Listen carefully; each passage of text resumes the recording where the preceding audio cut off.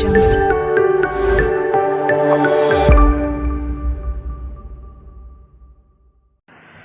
Hello students, welcome back to our channel NHS Study Point। आज का हमारा topic है एंटरप्रेन्योरियल एटीट्यूड,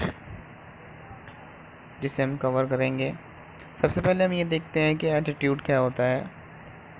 अगर सिंपल लैंग्वेज में कहें तो एटीट्यूड का मतलब एक पर्सन की बोलने चालने का, खाने पीने का, और मतलब उसकी पर्सनैलिटी कैसी है, उसका बर्ताव, उसका बोलने का तरीका, वो सब क्या आते हैं, एटीट्यूड में शामिल होते हैं। जैसे कई लोगों का एटीट्यूड अच्छा होता है, कई लोगों का एटीट्यूड गुस्से वाला होता है, कई लोगों का एटीट्यूड घमंडी होता है। तो वो क्या होता है, वो सब उसकी बॉडी लैंग्वेजेस होती हैं, उसका व्यवहार होता है, जिसको हम क्या कहते हैं, एटीट्यूड कहते हैं। ऐसे ही एंटरप्रेन्योरल एटीट्यूड भी होता है, एक एंटरप्रेन्योर का एटीट्यूड, जिसमें कुछ पॉइंट्स हैं हमारे पास। पहला है पैशन।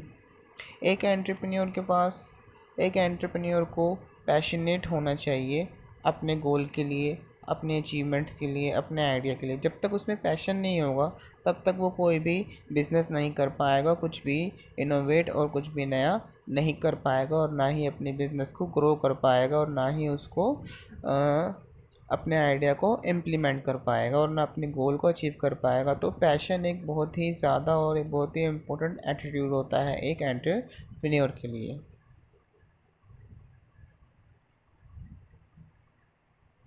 दूसरा होता है हमारा entrepreneurial attitude, bravery. Bravery bravery का मतलब बहादुरी। एक एंटरप्रेन्योर में हमेशा बहादुरी होनी चाहिए, उसको किसी बात का डर नहीं होना चाहिए, क्योंकि अगर वो फेलियर से डरेगा, रिस्क लेने से डरेगा, और भी बहुत सारे कारण होते हैं, अगर वो उनसे डरेगा तो बिज़नेस नहीं कर पाएगा, आगे ग्रो नहीं कर पाएगा। तो इसलिए उसमें ब्रेवरी होना भी मस्ट है। तो ब्रेवरी भी उसमें होनी चाहिए, ये उसका एटीट्यूड में शामिल होता है। फ्लेक्सिबिलिटी, ये तीसरा एटीट्यूड है हमारे पास। Entrepreneur experience setbacks, there are hurdle to overcome on any journey. Not everyone handles change और disappointment well, however entrepreneur must possesses flexible mindset so they can alter a course that's headed towards failures. Flexible entrepreneurs should be aware that they may have to modify the route toward the established goals, or even perhaps tweak that established goal in order to reach successfully। कहने का मतलब ये है कि एक entrepreneur को flexible होना चाहिए, कि मतलब वो इतना सक्षम हो कि वो हर काम को, हर एक चेंज को आसानी से कैच कर ले। जैसे कई लोग होते हैं, ज़रा सा भी कुछ चेंज होता है तो वो घबराने लग जाते हैं, सिचुएशन को हैंडल नहीं कर पाते हैं और सब कुछ गड़बड़ कर देते हैं। पर एक जो फ्लेक्सिबिलिटी होती है, एक पर्सन आसानी से अपने आसपास के माहौल को कैच करने लगता है, उसकी काम को करने के तरीके को, मेथड को आसानी से सीख लेता है, फेलियर से अपने सीखता है और अपने आसपास के माहौल से सीखता है। तो उसमें फ्लेक्सिबिलिटी की एटीट्यूड हम कहेंगे। तो ये भी बहुत ज़रूरी होते हैं। Strong work ethics, it is not easy to start from ground up and become a successful business owner. Many hours of hard work, frustration, creativity and supervision are poured into new venture। मतलब एक entrepreneur में strong work ethic होने चाहिए, कि मतलब उसमें ऐसे ethic होने चाहिए कि वो हार्ड वर्क करे। जब तक एक एंटरप्रेन्योर हार्ड वर्क नहीं करेगा तो उसको अपने बिजनेस को ग्रो नहीं कर पाएगा, क्योंकि एंटरप्रेन्योर को हार्ड वर्क करना मस्ट होता है।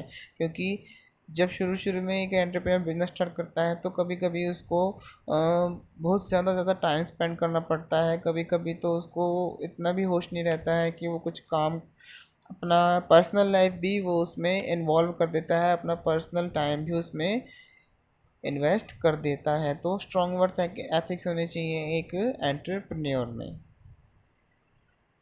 पांचवा है integrity. Entrepreneur must be show other they are truthful and honest regardless of the type business they hope to establish। colleagues, vendor, customer and investor must trust them। मतलब एक entrepreneur में दूसरों को राज़ी करने की क्षमता होना चाहिए, उसके अंदर यूनिटी का गुण होना चाहिए। कहने का मतलब है उसमें एकता का गुण होना चाहिए, उसमें ऐसा गुण होना चाहिए।